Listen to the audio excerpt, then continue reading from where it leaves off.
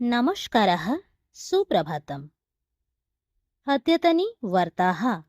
राजनैतिकप्रचारसमये लघुबालानाम् उपयोगः न भविष्यति। निर्वाचनसभासु लघुबालानां नियुक्तौ प्रतिबन्धः स्थापितः अस्ति। यदि कोऽपि राजनैतिकदलः नाबालिगबालानाम् उपयोगं सभायां निर्वाचनं कार्ये वा करोति तर्हि कठोरकार्यानुष्ठानं भविष्यति। सीईओ निकुञ्जबिहारी दलेन एषा सूचना दत्ता अस्ति। राजनैतिकदलैः शोभायात्रासु अभिनयेषु इत्यादिषु बालानाम् उपयोगः क्रियते इति विषये मुख्यनिर्वाचनपदाधिकारिणः कार्यालये बहवः अभियोगाः प्राप्ताः।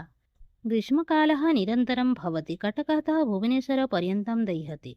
सम्प्रति समग्रराज्ये ग्रीष्मस्य प्रवाहः प्रचलति। कुत्रापि शान्तिः नास्ति। ह्यः कटकनगरे भुवनेश्वरे च ग्रीष्मकालस्य तीव्रप्रवाहः अभवत्। केषुचित् जिल्लासु रक्तवर्णीयः सङ्केतः मौसमविभागेन प्रदत्ता आसीत्। तथैव राजधानी भुवनेश्वरस्य कृते नारङ्गीवर्णीयः सङ्केतः आसीत्। अपरपक्षे ह्यः 11:15 वादने तापमानं 41 डिग्रीपर्यन्तं वर्धितम् आसीत्। प्रातः 11:15 वादनं पर्यन्तं बालेश्वरनगरे अधिकतमं तापमानं 41.4 डिग्री आसीत्।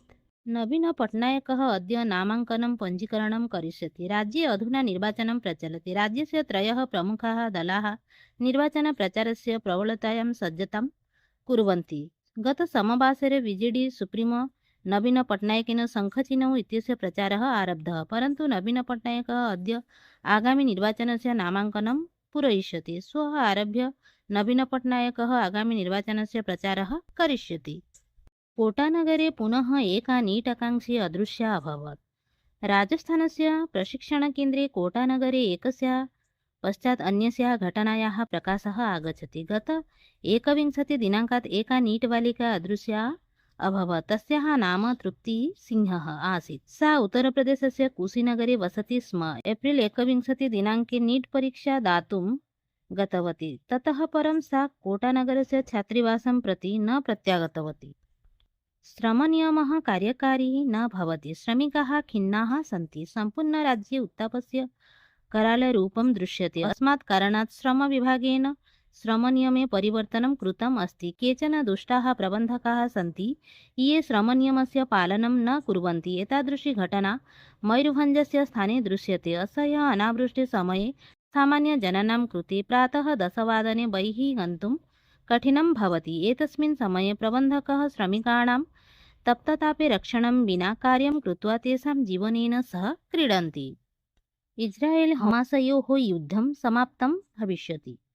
अमेरिका राष्ट्रपति जो बाइडेन् पुनः इस्रायेलस्य प्रधानमन्त्रिणा बेञ्जामिन् नेतन्याहु इत्यनेन सह दूरभाषणे वार्तालापं कृतवान् इति व्हाइट हाउस इत्यनेन उक्तम्। इस्रायेल् हमास देशयोः उपरि चुक्तिं प्राप्तुं चापः वर्धमानः अस्ति, येन इस्रायेलस्य केचन बन्धकाः मुक्ताः भविष्यन्ति। एतत् युद्धं च स्थगितं भविष्यति।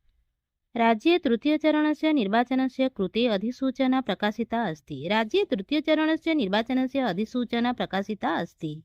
अस्मिन् चरणे मे 25 दिनाङ्के सम्बलपुर, केन्झर, ढेङ्कानाल, कटक, पुरी, भुवनेश्वर लोकसभा आसनेषु विधानसभा आसनेषु च निर्वाचनं भविष्यति।